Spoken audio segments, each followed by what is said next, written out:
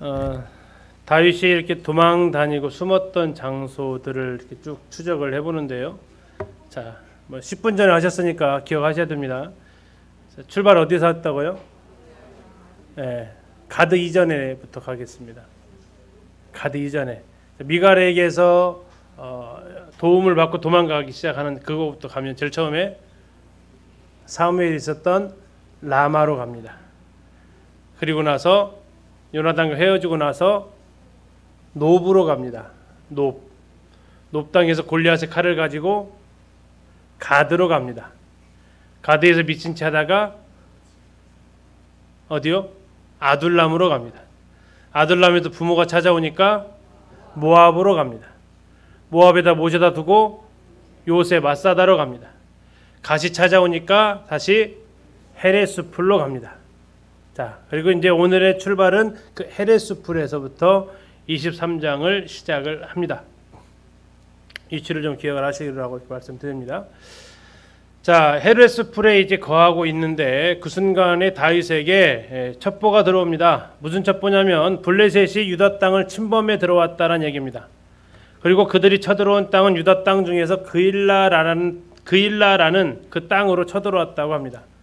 자, 이 상황에서 하나님한테 묻습니다. 뭐라고 물어봤을까요? 가서 도와줘야 될까요? 말아야 될까요? 이걸 묻습니다. 자, 그러니까 하나님 뭐라고 하셨을까요? 예, 가서 도와주라고 합니다. 23장 2절에서 이에 다윗이 여호와께 묻자와 이르되 내가 가서 이 블레셋 사람을 치리이까 여호와께 다윗에게 이르시되 가서 블레셋 사람을 치고 그 일날을 구원하라. 자, 이 사실을 이제 자기를 따르던 400명의 용사는 아니죠. 어쨌든 400명의 그 무리한테 이야기합니다. 야, 하나님이 공격을 한다. 자, 무리의 반응은 어땠을까요? 지금 우리 코가 석자인데 누구를 구해줍니까? 더 나아가서 그일라는 성입니다. 성. 자, 거기서들 공격하고 들어가게 되면 성 안으로 들어가 살아야 되죠. 헤레스풀은 그냥 펼쳐진 자연 속입니다. 자, 헤레스풀과 그일라라는 성 안에 들어가는 두 가지 중에서 어느 게 더 안전할까요? 수풀이 안전할까요? 성이 안전할까요?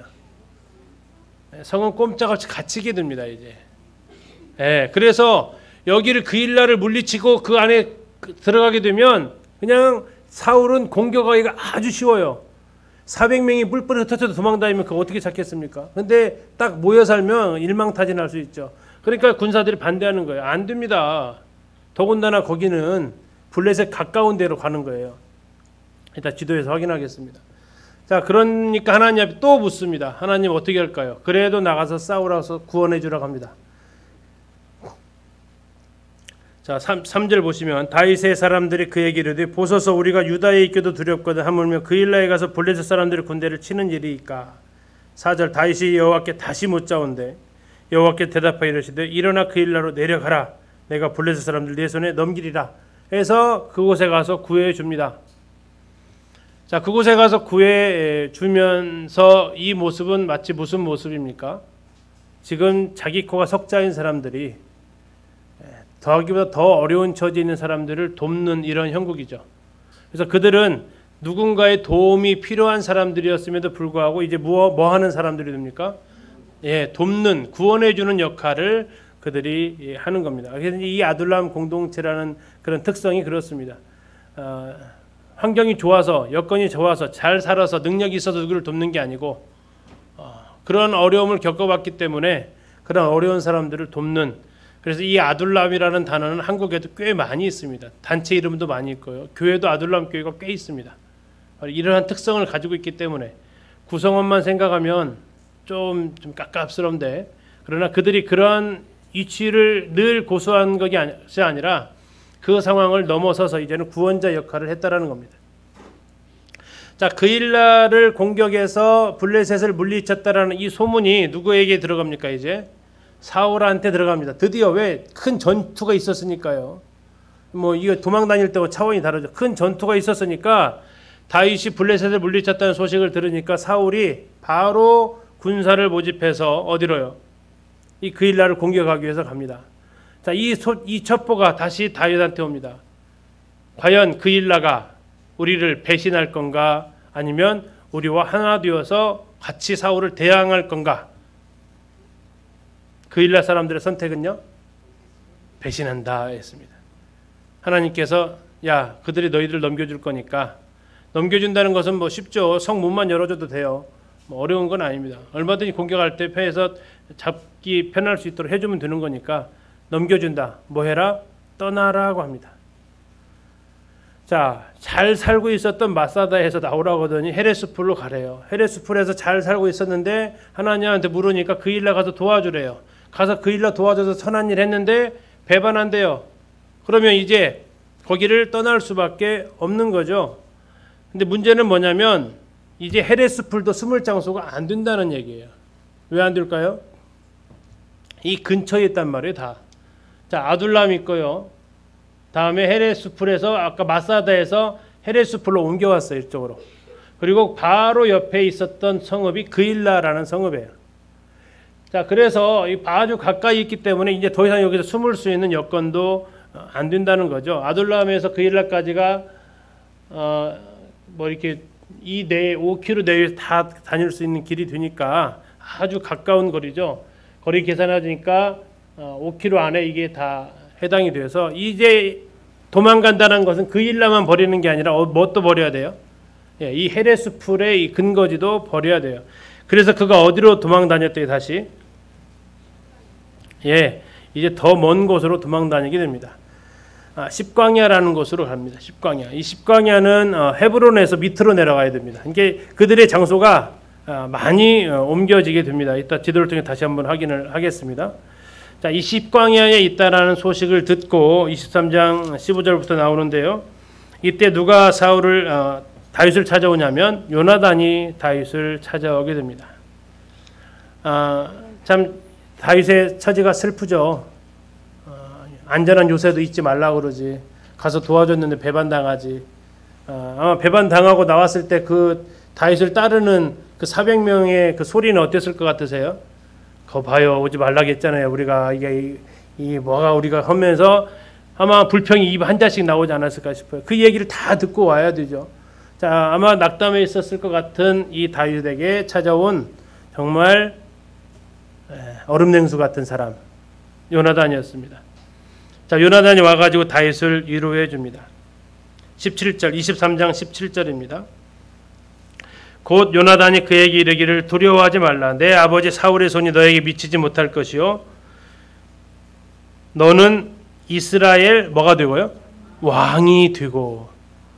지금 요나단은 알고 있었다는 거죠. 그래서 18장에서 요나단이 다윗한테 뭘 줬다고 그랬죠?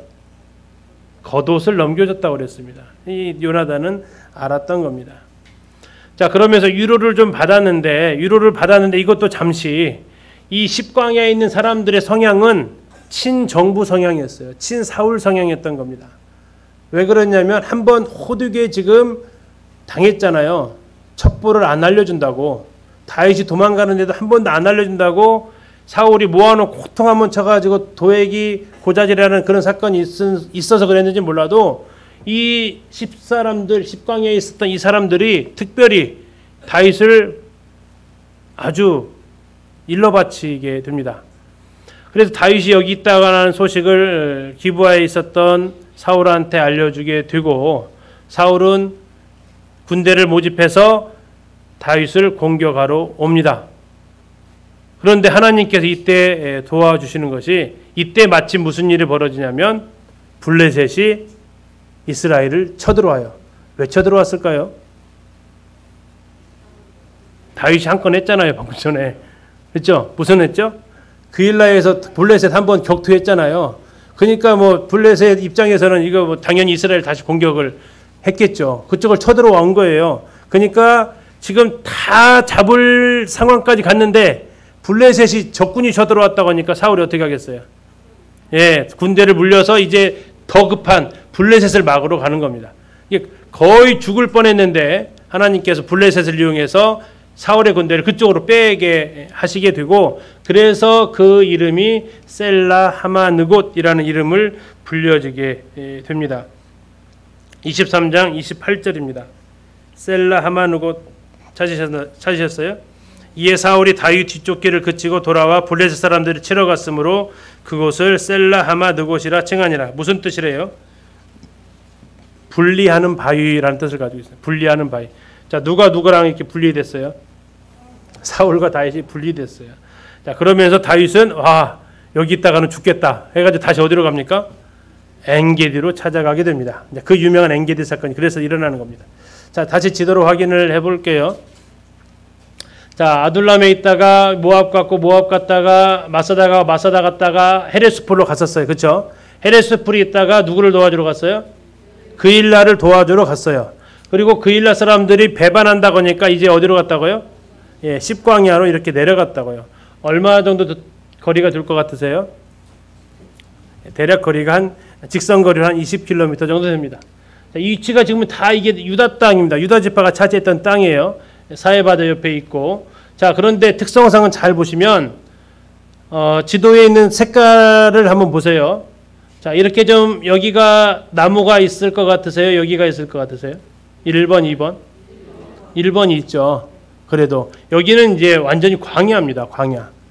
근데 지금 어디서 왔냐면 아둘람에서부터 점점점 오른쪽으로 가고 있어요. 자, 여기는 나무가 있어서 숨기가 훨씬 더 수월했겠죠. 여기 광야로 가면 허허벌판이에요. 몸을 은신처라는 곳은 없어요. 여기에서 은신처는 뭘까요? 굴속입니다. 굴속. 엔게디 굴로 들어가게 됩니다. 그리고 대신 이 광야는 그럼 뭐가 좋을까요? 지형 특성이 있습니다. 일단 엔게디에서 보실 텐데 지형 특성이 이쪽은 그냥 평야예요.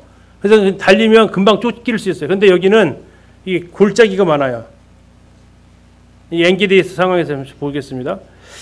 자, 이제 그일라 사람들하고 길라 사람들하고 잠시 좀 비교를 좀 해보면 한 사람은 은혜를 기억한 사람들, 한 사람은 은혜를 기억하지 않은 사람들입니다. 그일라는 어떤 사람들입니까? 자기를 구원해준 다윗을 배반했던 사람들. 길라는 야벳 사람들은요? 사울이 자기를 구해줬기 때문에 마지막 사울의 시신을 장사 지내줬던 사람들. 그래서 우리가 은혜를 아는 사람인지 아니면 은혜를 모르는 사람인지 우리가 한번 생각해보는 장면이 이 그일라에서 한번 생각해보게 됩니다. 자, 다윗이 이제 엔게디로 왔다라고 23장 끝에 23장 29절입니다. 다윗이 거기서 올라가서 엔게디 요새에 머무니라 이렇게 나와 있습니다. 자, 흐름 다시 기억합니다. 23장의 출발이 어디였습니까? 헤레스풀이었습니다. 그래서 누구를 도와줬어요? 그일라로 들어가서 성 안에 들어갑니다.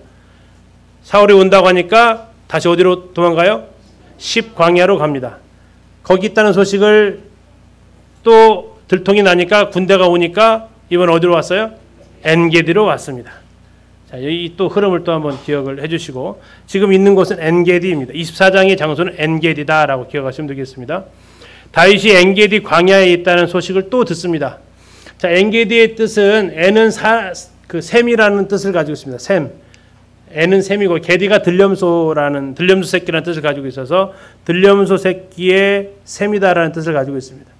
자, 여기서 이 염소는 우리나라에서 키우는 염소 아닙니다. 흑염소 생각하시면 안 됩니다. 이쪽에서 살아가는 바위를 타고 다니는 염소가 있습니다. 지난번에 한번 보여드렸어요. 기억나세요? 아이벡스 같은 거. 이 굽이 바위 타고 다니기 좋게 되어져 있어요. 그래서 이 들염소 새끼의 샘이라는 곳 그 지형은 바위가 있다고 생각하시면 돼요. 염소가 있으니까 초장이 펼쳐져 있다 아니고요. 바위가 형성되어져 있다라고 생각하시면 되겠습니다. 자, 이때 다윗이 숨어 있게 된 장소가 이제 굴인데 이 굴의 위치를 어떻게 표현하고 있냐면요. 24장 잠시 보시겠습니다. 24장 3절 길가 양의 우리에 이른즉 굴이 있는지라. 자, 한번 이 장소를 그림으로 한번 그려보세요. 길가 양의 우리에 굴이 있다. 그림을 그려보세요. 어떤 그림이 나오시나요? 자, 길을 먼저 그리시죠. 길. 자, 어떤 길을 그리셨어요? 넓은 길, 좁은 길. 좁은 길. 좁은 길이요? 예. 그 다음에 우리에 있는데 굴이 있어. 양의 우리와 굴이 어떻게 형성이 되어져 있을까? 자, 이건 이제 이스라엘에 가면 이렇습니다. 이 여기서 말씀하신 길은 넓은 대로 아닙니다. 그냥 양들이 다니는 길입니다. 양들이 다니는 길에 우리가 있었는데 그 우리를 무엇을 이용해서 만들었냐면 굴을 이용해서 만들었다는 얘기입니다. 이 양들이 비를 피하고 뜨거운 햇볕을 피할 때 양들이 우리 속에 들어가야 되는데 우리처럼 울타리 쳐진 우리로 들어가는 게 아니고 어디로 들어간다고요? 굴 속으로 들어가는 거예요. 비가 오거나 또 뜨겁거나 할 때. 굴 속으로 들어가고 그러면 그 바깥에만 굴 입구만 이렇게 울타리를 치면 그게 양의 우리가 되는 겁니다. 근데 사울은 이 장소를 발견하니까 여기를 뭐하러 들어갔다고 합니까? 예, 뒤를 보러 들어갔다고 나옵니다. 뒤를 보러 가는 것은 뭐죠? 예, 큰일을 보러 지금 가신 거죠. 생리 문제를 해결해야 되는 상황이 된 겁니다. 근데 이때 사울이 약간 좀 어설펐습니다. 왜 어설펐을까요? 사울의 직업이 뭡니까? 사울의 직업. 1번 목축, 2번 농사. 사울은 농사입니다. 사울은 농사 짓는 사람이었어요. 다윗은 목동이었지만. 예. 이 사울은 이러한 길 우리에 있는 광야에 있는 길 우리에 있는 그 동굴의 특징을 잘 모르는 사람이었어요. 지금 제대로 아는 사람이었으면 부하를 시켜가지고 확인하러 보내야 돼요. 굴이 그렇게 만만한 곳이 아니거든요. 근데 비어 있으니까 혼자 조용히 일을 볼 수 있겠다고 들어가 버린 거죠. 근데 그 안에 굴이 꽤 넓었다라는 겁니다. 그 안에 누가 있었어요? 예, 다윗만 있었던 게 아니라 다윗의 그 일행들이 있었어요. 물론 400명이 다 있지는 않습니다. 이것도 역시 흩어져 있는 건데 마침 들어간 곳은 다윗과 그의 병사들이 있었던 굴에 들어갑니다. 그곳에서 아주 태연하게 볼일을 보는데 이때 이제 그 안에서 대화가 오갑니다. 목소리의 크기는요? 아직 거의 들리지 않게 정도로 하면서 뭐라고 하죠? 예, 드디어 기회가 왔습니다. 근데 그 기회는 무슨 기회라고 얘기합니까? 하나님께서 가르쳐 주셨던 기회라고까지 얘기를 합니다. 24장 4절 보시면 이렇게 말하고 있습니다. 다윗의 사람들이 이르되 보소서 여호와께서 당신에게 이르시기를 내가 원수를 내 손에 넘기리니 네 생각에 좋은 대로 그에게 행하라 하시더니 뭔 지시가 있었다라는 거예요. 사울을 너한테 넘겨주겠다. 대신 어떻게 해라? 죽여라? 아니요. 네가 판단해서 하라고 했다라는 겁니다. 근데 지금이 그때라는 겁니다. 죽이라는 얘기죠. 이때 다윗은 무엇을 합니까? 사울의 겉옷자락을 베입니다. 겉옷을 벗고 볼일을 보셨는지 아니면 옷이 워낙 길어가지고 보시는데 이게 옷이 절포도 퍼지니까 거기서 뱉는지는 모르겠지만 아무튼 겉옷을 베입니다. 그리고 다윗은 그것까지도 심히 마음 아파하죠. 자, 그리고 사울은 아무 일 없다는 듯이 굴에서 나갑니다. 자, 굴에서 나가서 어느 정도 가니까 다윗이 짠하고 나타나죠. 그러면서 뭐라고 합니까? 사울을 부릅니다. 사울을 뭐라고 부릅니까? 9절입니다.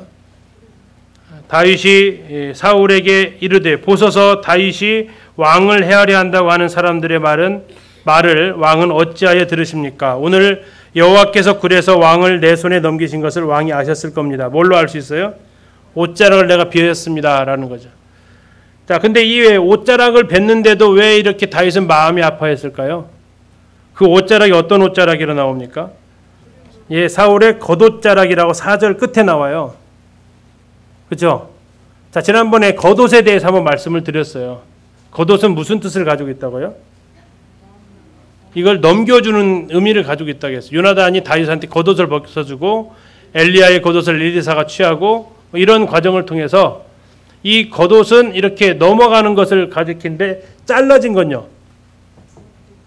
성경에서 3번에 걸쳐서 나오는데요. 한 번이 사무엘의 옷을 갖다가 잡아 늘어지면서 사울이 사무엘 옷을 찢습니다. 겉옷을. 그러면서 왕이 나라를 떼어줄 것이다라고 얘기를 해요. 없어질 것이다. 두 번째 장면이 바로 이 장면에서 나오고 또 한 번 어디서 나오죠? 솔로몬이 통치를 제대로 못할 때 선지자가 나타나서 여로보암한테 겉옷을 12개로 나누라고 합니다. 그리고 10개를 여로보암 네가 가져라라고 합니다. 나라 10개가 10개의 지파가 너에게로 갈 것이다라는 얘기입니다. 이 겉옷을 자른다는 얘기는 나라가 이렇게 나누어진다라는 가지고 있어요. 지금 사울의 다 옷을 잘랐다는 얘기는 뭡니까? 그러면 역시 그 사울의 왕위가 이게 분열될 것을 얘기를 하고 있기 때문에 직접 죽이진 않았지만 다윗은 거기에 대한 가책을 느끼는 거죠. 그러면서 그가 한 유명한 말이죠. 10절에 왕은 나를 죽이려고 했지만 10절 하반절 뒤에 보시면 나는 내 손을 들어 내 주를 해하지 아니할 것입니다 라고 얘기합니다. 내 손으로는 하지 않겠다. 10절에 한 번 하고요. 12절에 또 한 번 합니다. 내 손으로는 왕을 해하지 않겠나이다. 13절에서 또 한 번 합니다. 끝부분에 내 손이 왕을 해하지 않을 겁니다. 자, 그러면서 이제 사울은 다윗이 자기를 살려줬다는 것을 알고 자기의 잘못을 뉘우칩니다. 그리고 제발 부탁하는데 네가 왕이 되었을 때 보복하지 말아라. 그리고 여기서 이제 유명한 말을 남기는데 20절을 보시면요. 보라, 나는 네가 반드시 뭐가 될 것? 왕이 될 것을 안다. 자, 사울도 무엇을 통해서 이걸 직감했을까요? 자기 옷이 잘린 겁니다. 겉옷이 잘렸어요. 네가 왕이 될 것을 안다. 왕이 될 것을 알았은 사울 뒤로 바로 이어지는 사건은 사무엘이 죽습니다. 25장에서. 왜? 사무엘이 했던 것이 뭐죠? 다윗을 기름 부어서 왕으로 세우는 건데 이제 사울조차도 다윗이 왕이 될 걸 인정합니다. 처음 인정하는 건데 그러면서 사무엘이 25장에서 죽습니다. 자, 이것을 배경으로 쓰여진 시가 이제 시편 57편인데요. 이 시편 57편을 뭐 두 가지로 봅니다. 하나는 이게 아둘람 굴이냐, 아니면 이게 엔게디 굴이냐, 뭐 하고 뭐 그런 어떤 서로 차이가 또 있을 수 있습니다. 다음에 이제 더 많이 알려진 것이 시편 142편이죠. 이것도 다윗이 굴에 있을 때 지은 기도다. 6절을 보시면 나의 부르짖음을 들으소서 나는 심히 비천하니이다. 나를 핍박하는 자들에게서 나를 건지소서 그들은 나보다 강하니이다 하면서 사도 다윗이 굴에 있으면서 시를 씁니다. 시 많이 안 써보셨죠? 어려울 때 시가 나오던가요? 안 나와요? 다윗은 어려울 때 시가 나왔나요? 나오죠. 그죠? 그러면 우리도 시를 한번 써볼 수 있겠다 싶죠. 왜 시를 안 쓸까요? 기도원이라고 안 쓰나요? 이게 기도예요. 보세요. 뭐라고 했어요? 다윗이 굴에 있을 때에 지은 기도문이라고요. 시는 못 쓰더라도 뭐는 해야 돼요? 기도는 하셔야 돼요. 정말 내가 어려운 환경에 있을 때, 굴에 있을 때 자신의 신세가 어떻겠습니까? 그 가운데서 그가 하나님 앞에 기도를 하는 겁니다. 그리고 그것은 아름다운 시로 되어집니다. 자, 엔게디 위치가 사해바다 바로 옆에 있습니다. 그래서 엔게디 딱 가면 사해바다가 쫙 펼쳐져 있습니다. 아주 눈 가까이에 펼쳐져 있습니다.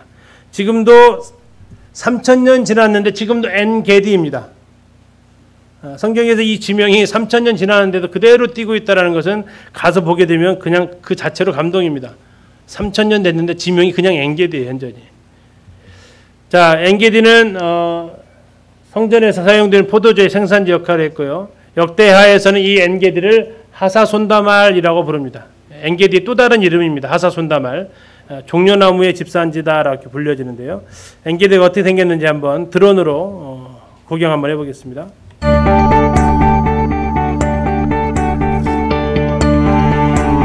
지금 보이는 게 다윗 폭포입니다. 이게 샘이에요, 샘. 위에 뭐 있나 보세요.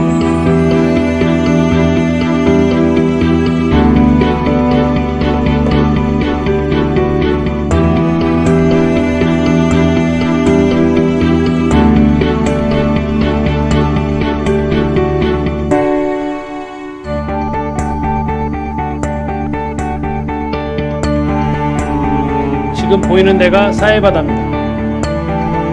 사해바다요.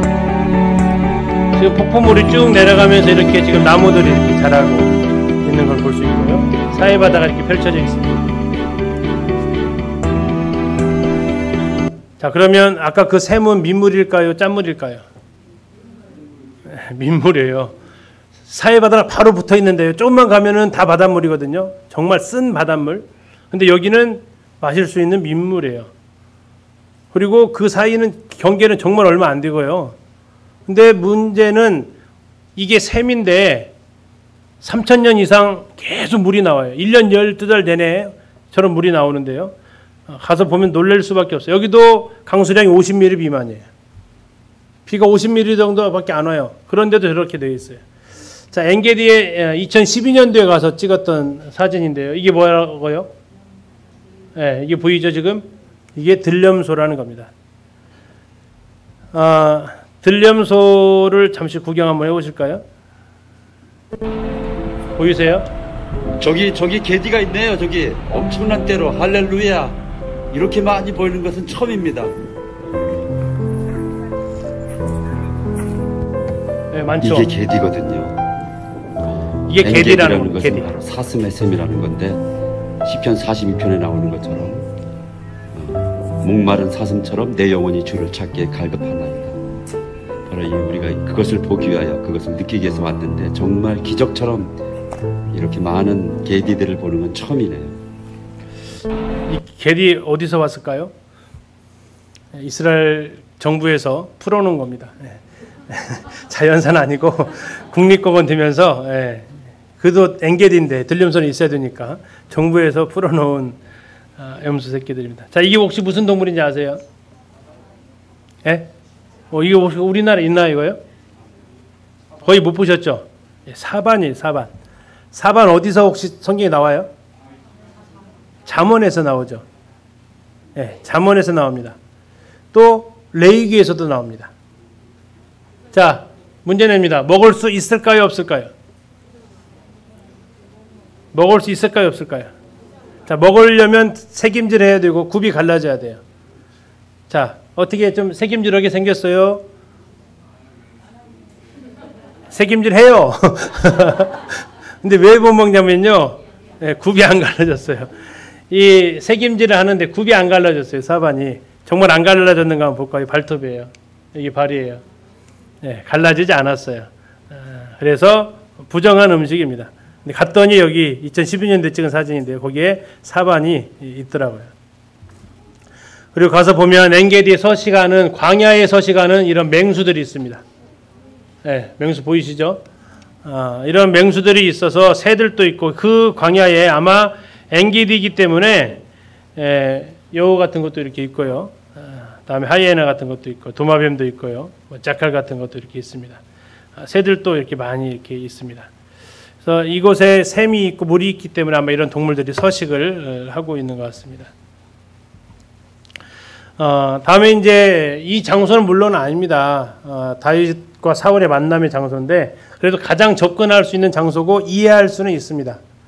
보편적으로 다윗이 숨었던 동굴은 저 위로 올라가야 돼요. 자, 여기가 이렇게 보면 산처럼 보이시죠? 근데 이 위로 딱 올라가면 여기 딱 올라가면 뭐가 펼쳐져 있냐면요. 평지가 쫙 펼쳐져 있어요. 무슨 평지냐면 광야 평지. 자, 쉽게 얘기해서 다윗이 이쪽 굴에서 볼일 보고요. 사울의 군대는 여기 있다라고 생각하시면 돼요. 자, 이 두 가지 24장의 대화가 되려면 두 가지 조건이 성립을 해야 돼요. 자, 마이크 없었던 시대죠. 말로써 서로 의사 표현을 할 수 있으려면 거리는 어떠해야 돼요? 그렇게 멀면 안 되죠. 그리고 옷자락을 보여주려면 가까워야죠. 두 번째는요. 그러다가 뭐 할 수 있어요? 잘못하면 잡힐 수 있어요. 그러니까 잡힐 수 않아야 돼요. 잡히지 않아야 돼요. 자, 그걸 조건을 두고 여기서 양쪽에서 이렇게 보고 있다 생각해 보십시오. 자, 그러면 소리가 들릴까요? 충분히 들립니다. 그러면 이 잡으러 올 수 있을까요, 없을까요? 왜 못 오죠? 자, 여기 있는 사람 잡으러 오려면 여기 있는 사람 어떻게 해야 돼요? 점프할 수는 없겠죠. 그죠? 그러니까 어떻게 해야 돼요? 내려갔다가 올라오려면요. 이 사람들 어디로 가 있을까요? 이미 다 도망가 있죠. 그러니까 쫓아올 생각도 안 하고요. 그래서 이게 가능했던 장소가 이 광야의 구조가 비가 오면 이렇게 패여진 이런 골짜기가 되어 있어서 이런 곳을 이용하면 도망 다닐 수 있다라는 겁니다. 지금 다윗 폭포 보이세요? 여기 있는데 잘 안 보이세요? 여기 있어요. 여기 하얀색으로 내려오는 거 그거 안 보이시죠? 그래서 2018년도에는 직접 올라갔습니다. 이게 지금 1년 내내 이거 사막 같은 데서 1년 내내 이런 물줄기가 내린다니까요. 한번 소리까지 한번 시원할 겁니다.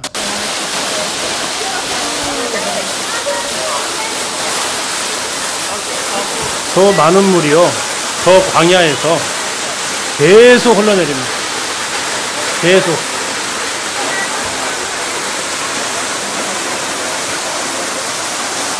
신기하죠. 네, 놀랍습니다. 정말로. 자, 더 올라가면 이런 데도 있어요. 물이 이렇게 많습니다. 여기가 갈릴리가 아니고 정말 1년 강수량이 50mm 정도 되는 곳에 이런 곳이 있기 때문에 다윗은 이곳을 목동하면서 알았을 것이고 이곳에서 이제 숨어 다니면서 사울을 피해 갑니다. 이거 트레킹도 할 수 있어요. 이렇게 쭉 걸어서 올라갈 수도 있는데 오늘 영상은 좀 생략할게요. 오늘 26장까지 가야 돼서. 네. 자, 이 엔게디가 아까 이렇게 여기만 지금 물이 있는 것은 아까 그 다윗 폭포에서 내려온 물이 식물을 재배할 수 있는 공간을 허락하는 거고요. 아가서에는 이렇게 표현하고 있습니다. 나의 사랑하는 자는 내게 엔게디 포도원의 고베라 송이다. 아가서 할 때 이게 무슨 뜻인지 보겠는데 포도원이 어디에 있다고요? 엔게디에 있다라고 얘기를 하고 있습니다. 역대하에서는 엔게디의 또 다른 이름이 하사손다말이다라고 이야기를 하고 있습니다. 자, 다윗의 피난처였던, 그래서 아까 우리가 보셨던 대로 23장 29절에 엔게디를 뭐라고 표현했냐면 엔게디 요새의 머문이라 요새라고 나와 있습니다. 자, 엔게디 광야, 엔게디 요새, 이제 그곳에 가서 사울을 1차로 살려주는 사건이 이곳에서 일어나게 됩니다. 자, 그 다음에 사울이 이곳에 다윗이 엔게디에 숨었다고 하니까 사울에게 이 사실이 알려지죠. 그래서 여기가 지금 기브아입니다. 기브아에서 여기까지 쫓아오려면 이쪽 돌아오는 길로밖에 못 와요. 여기는 광야라서 못 오니까 거리로 하면 약 한 70km 정도 됩니다. 며칠 걸렸을까요? 한 3일 정도 걸려야 됩니다. 그러니까 여기 나와 있는 대로 24장 2절에 있는 대로 사울이 온 이스라엘에 택한 사람 3,000명을 거느리고 다윗과 그의 사람들을 찾으러 들렴소 바위로 갈새 이렇게 짧게 나와 있지만 군대를 몰고 며칠간을 지금 달려온 겁니까? 3일을 달려온 거예요. 한 70km를. 그리고 나서 이제 맞닥뜨리고 그런 장면이 이루어지고 있습니다. 자, 25장으로 가게 되면 사울이 죽는데요. 사무엘이 죽습니다. 25장에서 이 죽음의 시점이 뭐냐면 사울이 다윗을 왕으로 고백한 이후에 바로 사무엘은 이제 죽게 됩니다. 자, 문제, 다윗은 장례식에 참석했다 못했다? 못합니다. 장례식 못 가요. 못 가고 어디로 갑니까? 바란 광야로 내려갑니다.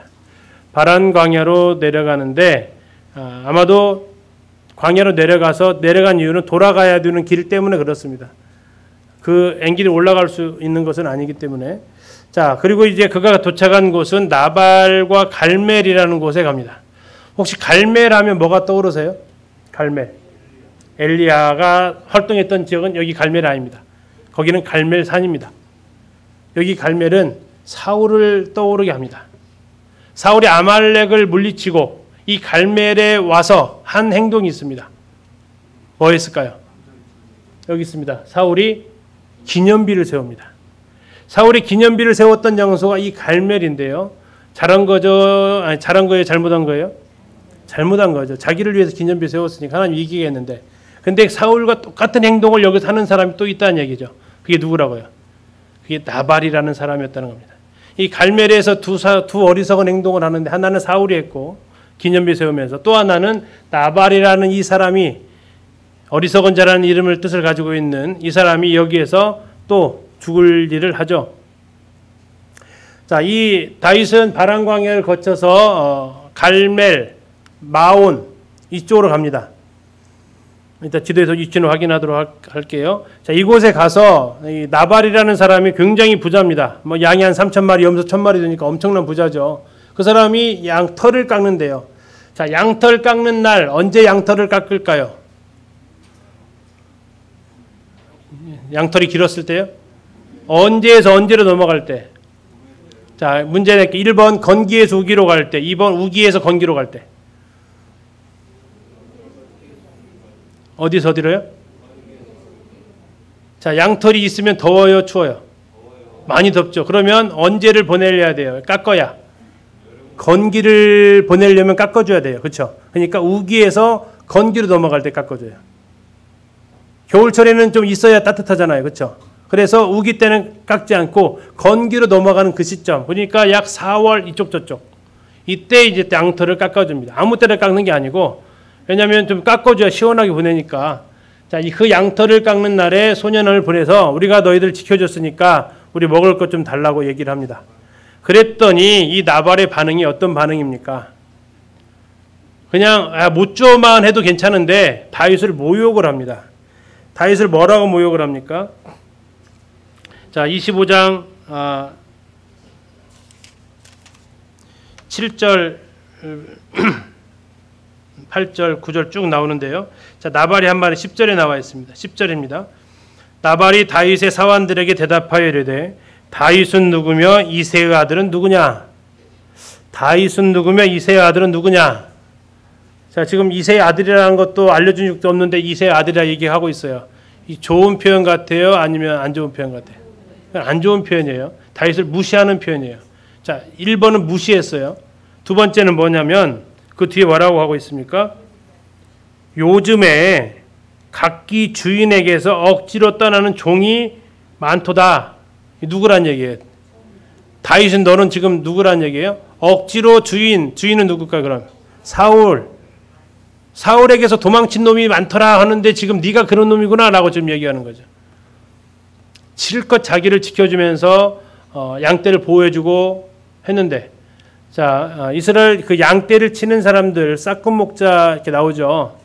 싹군 목자를 기용하는데 예를 들어서 양을 100마리를 가지고 이 양을 풀을 먹이로 떠납니다. 그러면 돌아올 때 몇 마리가 있어야 돼요? 최소한 100마리 갔으면 100마리는 있어야 될 거 아니에요. 최소한. 근데 이게 쉬운 것이 아니라고요. 맹수들도 많기 때문에. 그래서 보통 계약서를 하는데 80마리, 20%의 손실은 책임을 묻지 않는다고요. 20% 정도는. 그러니까 100마리 맡겼으면 80마리만 살찌어서 와도 괜찮다는 얘기예요. 뭐 새끼 베고 있고 하니까. 그 정도로 이렇게 쉽지 않은데, 자, 3,000마리인데 한 마리도 손해가 안 났대요. 3,000마리에서 20% 한번 감해 보세요. 몇 마리죠? 예? 600마리예요. 염소 1,000마리에 20%는 200마리예요. 자, 그 정도에 대한 손실을 지금 다윗이 막아줬다는 얘기예요. 그럼에도 불구하고 나발은 전혀 거기에 대해서 고마울 줄을 모르고 있다는 얘기입니다. 오히려 다윗을 모독을 하죠. 자, 이 모독을 받고 다윗이 달라졌어요. 어떻게 달라졌어요? 분을 참지를 못해요. 분을 못 참아요. 그래서 400명을 향해서 선언합니다. 칼 뽑아. 칼을 뽑으라고 하면서 나도 칼을 뽑겠다면서 싸우자고 합니다. 이건 싸우자고 하는 게 아니라 거기를 노력하겠다라고 출발을 하는 거죠. 사울하고 싸우는 거하고는 좀 많이 다르죠. 왜 다를까요? 사울한테 못했던 거 여기다가 지금 다 퍼부으려고 하는 걸까요? 다시 순간 이성을 아마 잃은 것 같습니다. 자, 이 상황이 이제 급박하게 나발의 부인이었던 아비가일한테 전해집니다. 큰일 났습니다. 다윗은 정말 우리를 보호해줬는데 우리 주인 아저씨 나발이 모욕을 해버렸습니다. 이 다윗 때문에 정말 우리는 손해가 하나도 없었는데, 근데 이 나발한테는 내가 말도 못하겠습니다. 불량한 사람이라서. 어떻게 해야 됩니까? 하니까 아비가일이 급하게 이제 먹을 것을 쌉니다. 그리고 다윗한테 달려갑니다. 그래서 다윗한테 엎드려서 부탁합니다. 제발 멈춰달라고. 만약에 멈춰달라는 이유가 잘못했으니까 살려달라는 그 이유보다도 당신이 분명히 뭐가 될 거다라고 얘기합니까? 왕이 될 거라고 얘기를 합니다. 왕이 되는데 만약에 이 사건이 백성들 사이에 알려지게 되면 당신은 어떻게 될 거라고요? 당신은 아마 좋은 간증을 잃어버릴 겁니다. 자기의 분에 못 이겨서 한 집안을 멸망시킨 사람. 그래서 제발 여기서 멈춰 주십시오 합니다. 이때 이제 감사한 것은 다윗은 들을 귀는 가지고 있었다는 거죠. 그래서 어떻게 합니까? 예, 진군을 멈추고 아비가일의 말을 듣고 이제 아비가일이 준비한 음식을 가지고 돌아갑니다. 한숨 돌리고 아비가일이 집에 갔더니 집에 가봤더니 남편은 또 뭐 하고 있어요? 또 헌하게 취하고 한잔 하셨어요. 그래서 그날 얘기를 못하고 그 다음날 술이 좀 깨니까 남편한테 이야기합니다. 이런 일이 있었다고. 그 얘기를 듣자 나발이 어떻게 돼요? 그냥 얼음이죠, 얼음. 아마 심장마비를 일으킨 것 같습니다. 그러다가 끙끙 앓다가 죽습니다. 자, 다윗이 나발이 죽었다는 소식을 듣게 되자 다윗은 아비가일한테 사람을 보냅니다. 왜 보냈을까요? 네, 내가 당신을 아내로 취하겠다. 왜 취했을까요? 네, 지혜로워서요. 네, 또요. 형제님들이 대답을 안 하시. 형제님들이 했으면 예뻐서요. 그랬을 텐데. 예쁘고 예쁘다고 나와 있어요. 예쁘고요. 지혜롭고요. 또요. 재산 많은 과부예요. 이 600명을 먹여 살리려면 상당한 재력이 필요한데 나발에게는 이제 죽었기 때문에 그 유산이 아마 이렇게 올 가능성이 있겠죠. 그래서 아무튼 이렇게 데려오게 됩니다. 그러면서 다윗의 아내들에 대해서 25장에서 요약을 해주는데요. 다윗이 25장 43절 다윗이 또 이스라엘 아히노암을 아내로 맞았더니 이렇게 나와 있습니다. 자, 이스라엘 하면 어디가 떠오르세요? 여기 이스라엘 평이 아닙니다. 이스라엘 평이 아니고요. 이스라엘은 지명이 따로 있어요. 이게 어디에 있냐면 여호수아에 보면 이 갈멜 마온 이쪽 지역에 그 이스라엘은 땅이 있어요. 그러니까 지금 이 다윗은 도피 생활하면서 아내를 둘을 얻었어요. 첫 번째 부인은 미갈은 두고 왔으니까. 첫 번째 부인 아히노암 이스라엘 사람. 두 번째 사람 누구요? 아비가일. 어디 사람이요? 갈멜 사람. 마온 이쪽 사람. 근데 이게 다 어디 근처냐면 이 갈멜 마온 자체가 헤브론 근처입니다. 다윗이 처음 유다의 왕으로 등극했던 장소가 어디예요? 헤브론이에요.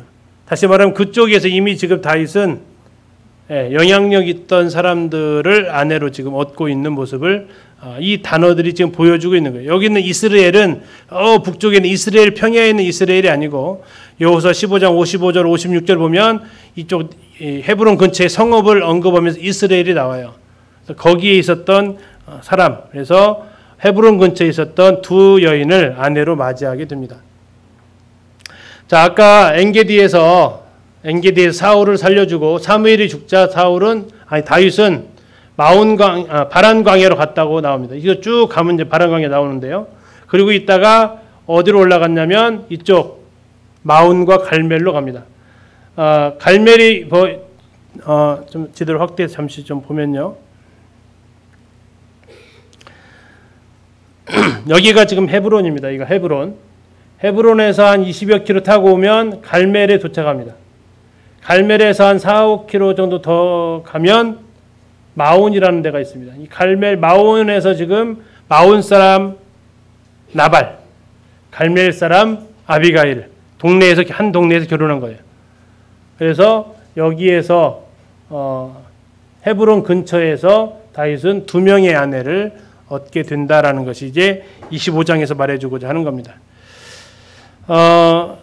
저희들이 가서 이번에 2018년도에 가서 여기 위에가 이제 갈멜입니다. 갈멜.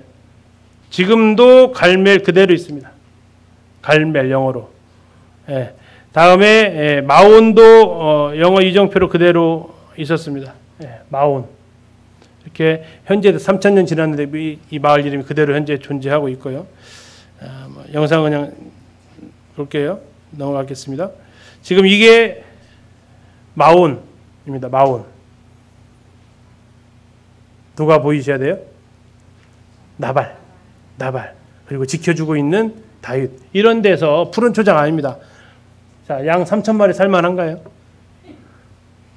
네. 대관령 목장 생각하시면 안 돼요. 그래서 이런 곳에서 생활한다라는 것입니다. 다음에 이제 여기가 갈멜로 쭉 펼쳐져 있는데요. 갈멜은 좀 짧으니까 볼게요. 바람이 많이 붑니다. 자, 이게 지금 갈멜 지역입니다. 네, 이 안으로 들어가면 또 마을이 있습니다. 네. 자, 이제 오늘 마지막 26장까지 보고 마치도록 하겠습니다. 26장, 아니면 27장에서는 이제 가드로 가니까 26장까지 해서 광야에서 도피를 마무리하겠습니다.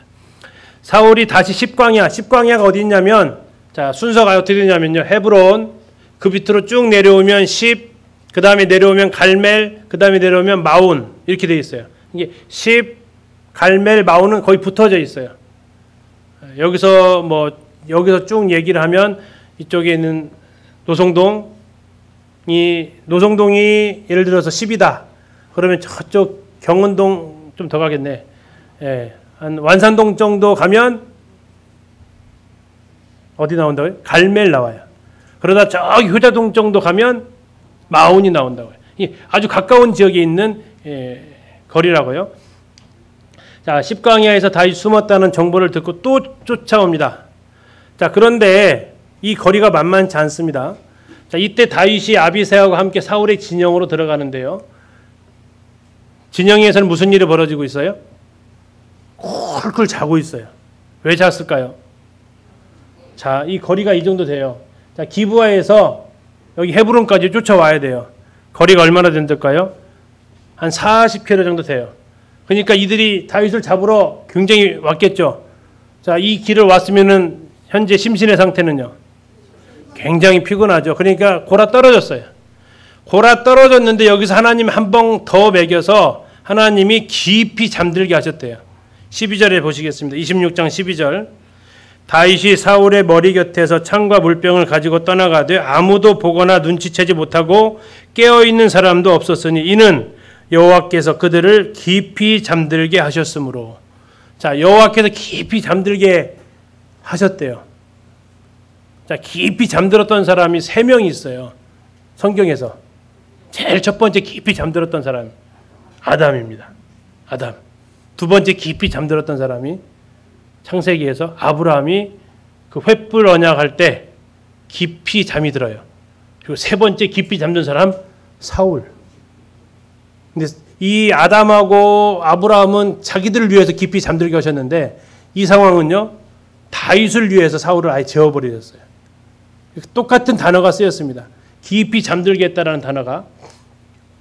그래서 다윗이 가져와도 전혀 깨지를 않는 거죠. 자, 그리고 나서 다윗은 이제 피할 만큼, 못 쫓아올 만큼 거리를 산으로 올라가서 아브넬을 깨웁니다. 아브넬아! 하면서 깨웁니다. 왜 깨웠을까요? 너 지금 죽을 죄 지었다라고 얘기합니다. 무슨 죄? 네, 기름 부음 받은 줄을 보호하지 않은 죄. 이게 무슨 죄라고요? 죽을 죄라고요. 자, 이것은 다윗은 아까도 24장에서 됐지만 이것은 다윗의 진심도 되어 있지만 자기 부하를 향한 은연중에 교육이 들어가 있어요. 무슨 교육이에요? 너희들 나 못 지키면 죽을 죄야 이건. 그리고 여호와의 기름 부음 받은 자는 사람 손으로 죽일 수 없어. 너희들 나한테 손대려는 안 되는 거야. 왜 다윗도 좀 기름 부음 받았잖아요. 이게 이 병사들한테 첫째 쿠데타 하지 말아라. 기름 부음 받은 자 너네들이 죽일 대상 아니다. 두 번째 목숨처럼 지켜라. 이거 기름 부음 받은 자를 지키지 않는 것은 죽을 죄다. 다윗이 이제 이 사울을 향해서 말을 하지만 자기 부하들이 이거 다 듣고 있잖아요. 오, 다윗 잘못 지켰다면 죽을 수 있겠다. 그래서 교육용으로도 볼 수 있겠습니다. 그러면서 다윗이 이제 제발 좀 자기 좀 쫓아오지 말라고. 한번 살려줬으면 됐는데 또 쫓아오냐고. 그러면서 하니까 사울이 또 얘기합니다. 다시는 안 쫓을게. 다시는 안 쫓을게. 그래서 얘기를 합니다. 그리고 이제 축복도 합니다. 25절은 정말 굉장히 좋은 말인데 이게 참 잘 쓰여지면 정말 좋은 말인데요. 26장 25절 참 아름다운 말이에요. 사울이 다윗에게 이르되 내 아들 다윗아 너에게 복이 있을지로다. 네가 큰 일을 행하겠고 반드시 승리를 얻으리라. 좋죠. 근데 이 배경을 알면 좀 쓰기는 약간 좀 찝찝하고요. 그러나 의미적으로는 굉장히 성령 충만한 말처럼 보입니다. 중요한 것은 여기서 하나 더 생각할 것은 뭐냐면요. 다윗이 지금 사울의 진영에 가서 뭘 훔쳐가 왔죠? 창하고 물병인데요. 물병은 돌려준다는 얘기 안 하는데 뭐는 돌려준다고 합니다. 창은 돌려준다고 해요. 왜 돌려줬을까요? 한번 생각해 봤어요. 다윗이 사울의 창을 보고 무슨 생각했을까요? 저는 이 왕궁 생각이 떠올랐을 것 같아요. 사울이 다윗을 뭘로 죽이려고 그랬죠? 그 창이에요. 지금 자기가 가지고 온 창이 전에 이 창이 자기를 향해서 날라왔었어요. 몇 번 날라왔어요? 3번 날라왔어요. 3번. 처음에 2번 연속으로 날라오고 그 다음에 1번 날라와서 3번에 걸쳐서 자기를 향해 날라왔던 그 창이에요. 그리고 그 창으로 지금 사울은 통치하고 있었고 그 창을 지금 가져왔단 말이에요. 그러면 이제 내가 다윗이라고 생각하고 나를 향해서 날라왔던 그 창을 보면서 무슨 생각이 드세요? 저는 바로 들었던 생각이 확 분질러버리고 싶은 생각 안 드세요? 어떤 느낌이 왔을까? 자기를 향해서 날라왔던 그 창이잖아요. 자기의 목숨을 겨눴던 그 창이라고요. 근데 그걸 다시 순수하게 돌려줘요. 이 창은 어떤 의미를 가지고 있냐면 통치한다라는 권력을 가지고 있다라는 의미를 가지고 있어요.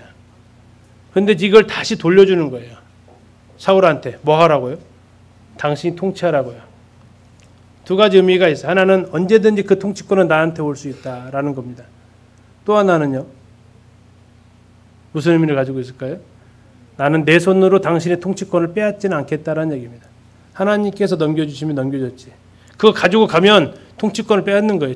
왕이 주의봉 가져오는 거랑 비슷하다고요. 그러나 그는 그렇게 하지 않겠대요. 그 창으로 나를 죽이려고 했지만 나는 그렇게 하지는 않겠대요. 그래서 주면서 돌아오게 됩니다. 자, 이게 이제 다윗과 사울의 마지막 만남입니다. 27장에 들어가면 다윗은 더 이상 이 땅에서는 내가 있을 곳이 없다 하면서 어디로 갑니까? 어디로 가요? 다시 가도록 합니다. 그리고 이제 블레셋 땅에 숨게 돼요. 그리고 사울과 다윗은 더 이상 쫓지 못하고요. 그리고 그 뒤로는 이 2 사람이 만나지 못합니다. 어떻게 만나냐면 죽음으로도 못 만나요. 이 마지막 이별하는 장면입니다. 그 이별하는 마지막 장면에서 사울은 다윗을 향해서 축복을 합니다. 네가 큰 일을 행하겠고 반드시 승리를 얻을 것이다. 다윗은요 그에게 창을 되돌려 줍니다. 통치권을 내가 가질 수 있었지만 그러나 나는 내 손으로 이걸 취하지는 않겠습니다. 하나님께서 하실 것입니다. 엔게디에서는 내가 당신의 목숨을 가져오지는 않겠습니다 라고 얘기합니다. 여기서는 통치권을 다시는 가져오지 않겠습니다. 하나님을 기다립니다. 하나님께서 하실 것입니다. 내 손으로는 하지 않겠습니다. 이것이 다윗의 철칙이었습니다. 혹시 내 손으로 원수 갚으려고 하는 분 혹시 계세요? 혹시 계획 세우고 있는 분 계세요? 내려놓으셔야죠. 내 손으로는 하지 마십시오. 흔히 말하는 내 손에 피 묻히지 마세요. 하나님께 맡기십시오. 그게 옷자락이 될 수도 있고 창이 될 수도 있습니다. 돌려주십시오. 그럼 하나님께서 하십니다. 그게 아름답습니다. 다윗이 했던 말 기억하시죠? 기름 부음 받은 자 죽여서 안 됩니다. 또요, 기름 부음 받은 자 보호해줘야 됩니다. 그래서 우리가 이 다윗의 이런 모습들을 통해서 참 많은 우리 삶 속에서 교훈을 받게 됩니다. 기도해 주시고 오늘 마치도록 하겠습니다.